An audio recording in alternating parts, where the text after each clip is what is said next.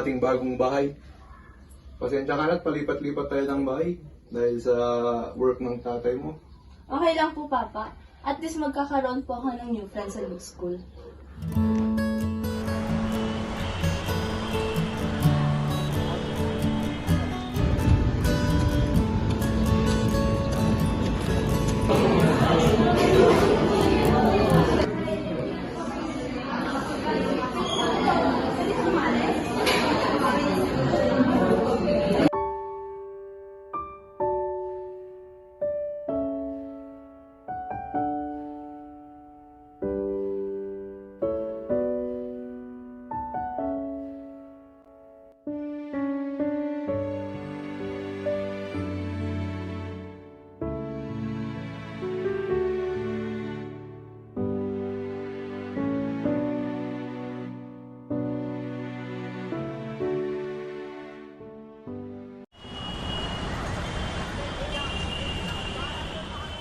Good morning, class. Here are your answers.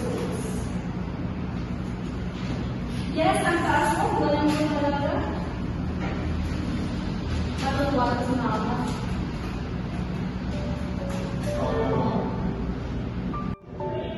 James, napapansin ko kasi Papa mo yung mga scores mo. I would appreciate it if matawag mo yung guardian mo. Kung sino ka na meron ka ng guardian para makausap natin. Si Papa ko.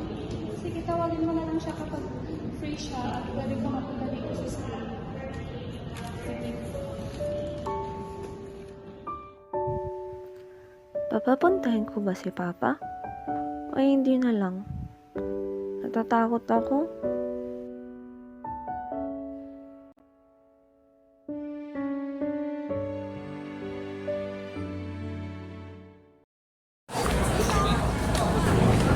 Kailan ako share mo? Wawa ng sir mo. Ilan yun? Mabawin mo ito. Mister.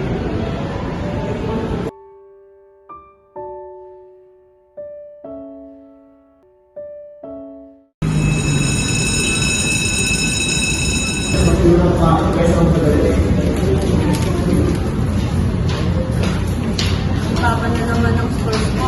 Tapos wala pa akong prize.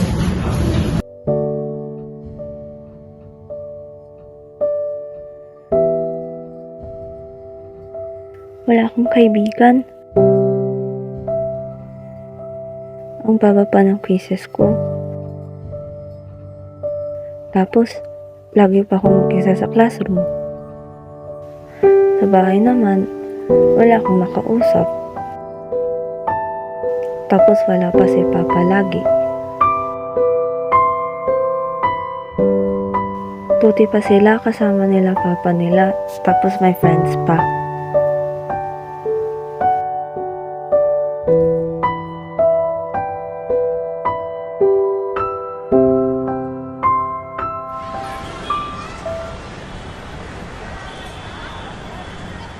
Good morning po, Sir Lambert. Ako po si Sarah.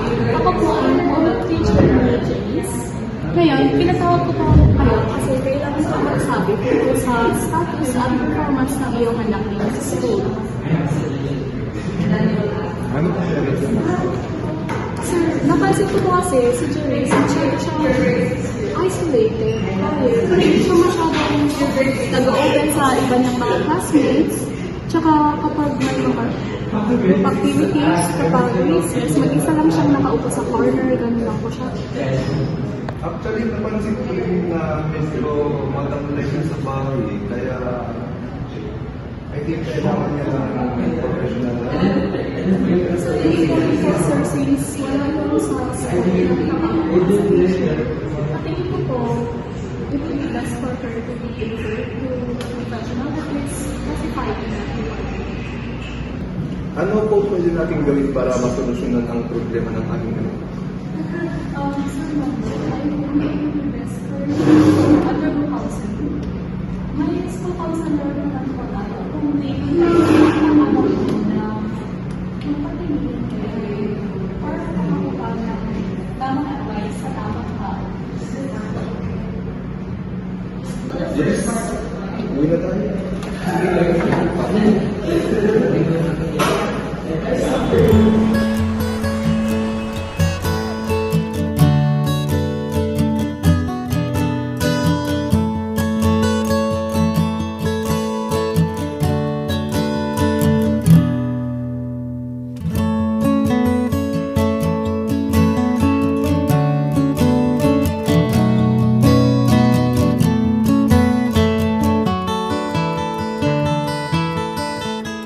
po, Sir Jericho.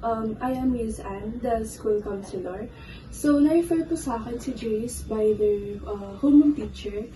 Nasabi niya po sa akin yung mga struggles po ni Jace when it comes to social interaction, including her academic performance. So, as we're going to rest assured naman po na this is a safe and confidential space for Jace wherein we can tackle po kung ano yung pwede natin gawin when it comes to her academic performance and also her problems po sa classroom. So, we're going to do the SFBT approach where we can focus on small steps and gradually we can see improvement on Jace. And may possible risk po sa approach na ito is may possible na maging sad or maging parang makakaramdam ng discomfort si Jace during her counseling session, but normal signs po ito since meron pong tendency yung mga bata na hindi po agad mag-open up when it comes sa different na tao na bagong nilang kakilala. Ano po ba yung SFBT, ma'am? Yung SFBT po is Solution Focused Brief Therapy. Dito po, makikita natin yung mga goals and yung improvement na pwedeng gawin ng isang bata when it comes sa nangyayari dun sa situation niya. So, makikita natin kung ano yung strength na kayang gawin ng bata when it comes to yung para i-apply niya yung improvement na step by step about sa pinag-usapan sa counseling. So, gagamit din po tayo ng tools such as yung scaling in which makakatulong yun sa small goals na pwede natin gawin sa mga bata, especially sa case ni Jace. Ano ba yung scaling, ma'am? Basically, scale lang siya sa kung anong nararamdaman mo. So, may scale siya from 1 to 10, ganun. So, ano lang siya. More on, parang tinitignan mo yung nararamdaman within the moment. Natin pwedeng simulan yung counseling session, ma'am? Pwede naman po natin siyang simulan ngayon if ready na rin po si Jace, and pwede naman siya natin gawin bukas if hindi naman. So, nakadepende kasi siya sa readiness ng bata if okay lang sa kanya or hindi. So, we have this informed consent if ever gusto niyo pong ng counseling si Jace sa situation niya. So, pwede niyo po siyang basahin. Ayan. Then, yung confidentiality po natin is when it comes to for Jace. So, it is, as mentioned kanina, it is a safe space for her. And if may threat or harm sa iba or sa kanya mismo, then I will inform you po. So lahat po ng pag-uusapan namin in this room is sa amin lang siya. Ano, Jeris? Ready ka na ba? Pwede naman po. Gusto mo na ngayon magpa-counsel? Opo. Sasayan mo.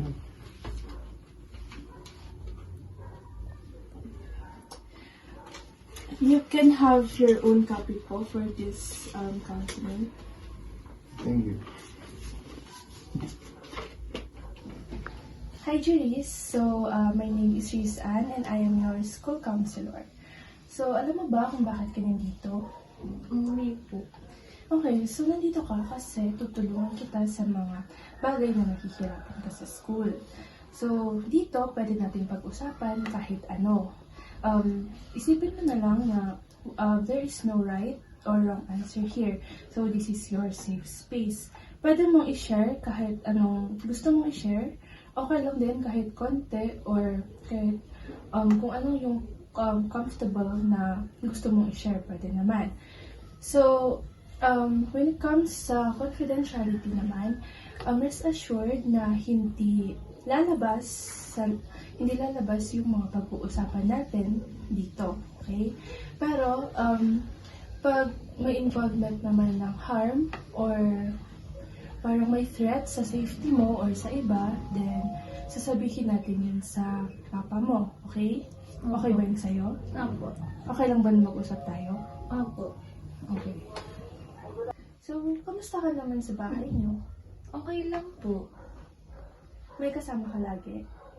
Opo, si Papa.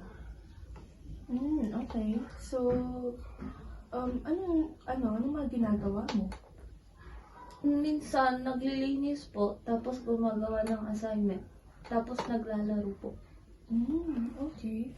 So, kamusta ka naman sa school? Okay lang.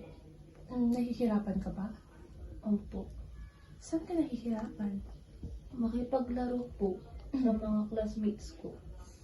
Okay. So, from this scaling here, okay, so sa scale na to, 1 is yung super happy ka, and then 10 is yung miserable ka. So, sa scale na to, nasaan ka ngayon? Dito po. So, bakit hindi siya 8 or ba't siya hindi 10?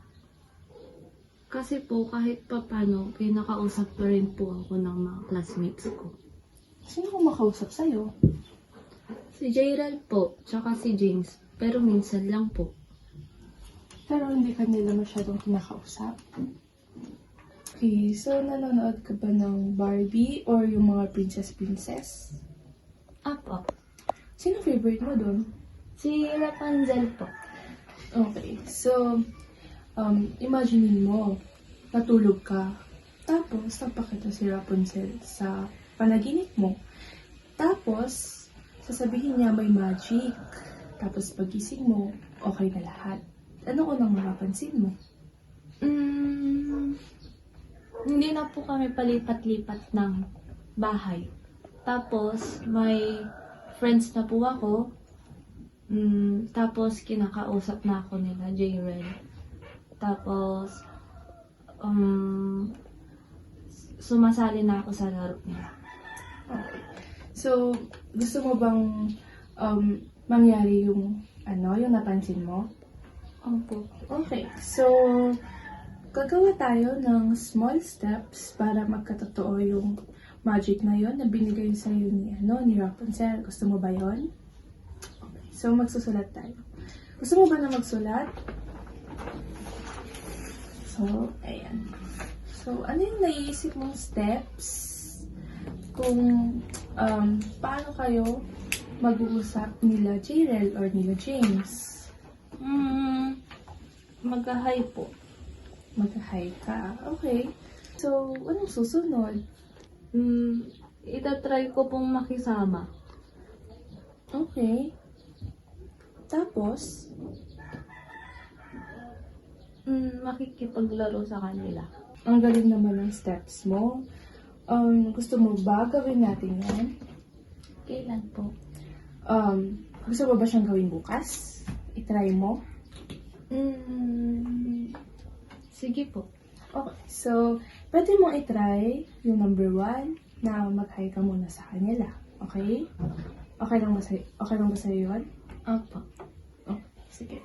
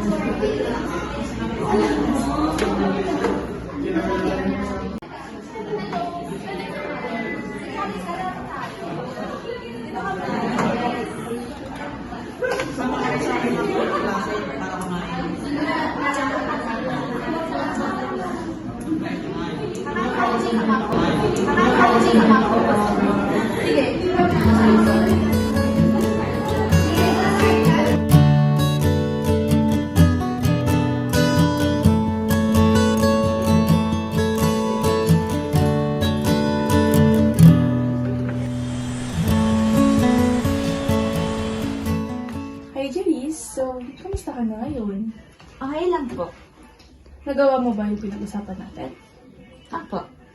Ano nangyari? Ako po yung unang nakipag-usap. Tapos, Tapos, naglaro po kami. naglaro kayo. Sino kasama mo? Sina Jayrel, tapos James po. Okay, so from nandito ka before, nasaan ka na ngayon? Nasa 2 ka na? Bakit, 2? Bakit hindi 1? Nasunog po ni Papa yung baon ko. Okay, so, anong ginawa mo? Bakit siya naging 2 ngayon? Ako po yung unang nag-hi sa kanila. Okay. So, gagawin mo pa yung mga, yung mga ginawa natin, mga pinasulat ko sa nung last session natin. Apo. Okay.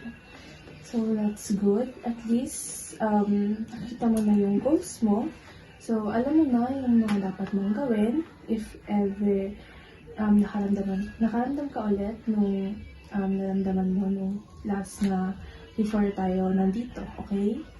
So, pwede ka ulit pumunta dito kung mayroon ka ulit concern or kung gusto mo nang kausap. Okay? Apo. Okay sa'yo yun? Apo. Okay, I'm very proud of you, Jerice. Ipagpatuloy mo lang yung napag-usapan natin, okay? Apo. Natatandaan mo pa ba yung mga sinulat natin nung last na session natin? Apo. So, sundan mo lang yun, ha? Apo. Okay. Thank you po. Welcome.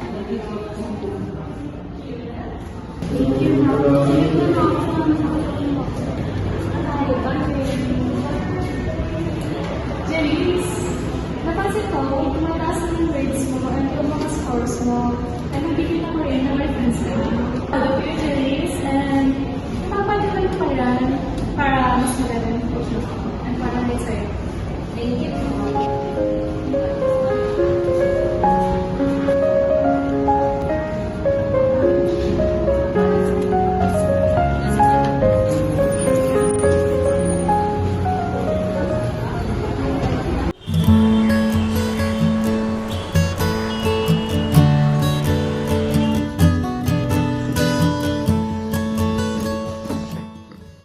Oh, Jeris.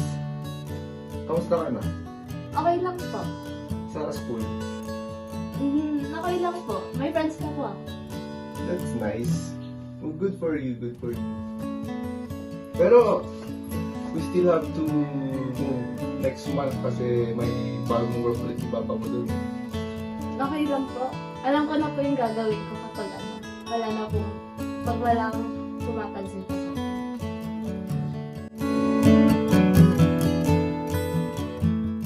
Children may be small, but their feelings are not. Just because they're young doesn't mean their struggles aren't real. Their minds are still growing, their emotions still forming, and they need our patience, support, and love more than ever. Never dismiss a child's sadness as being just a phase.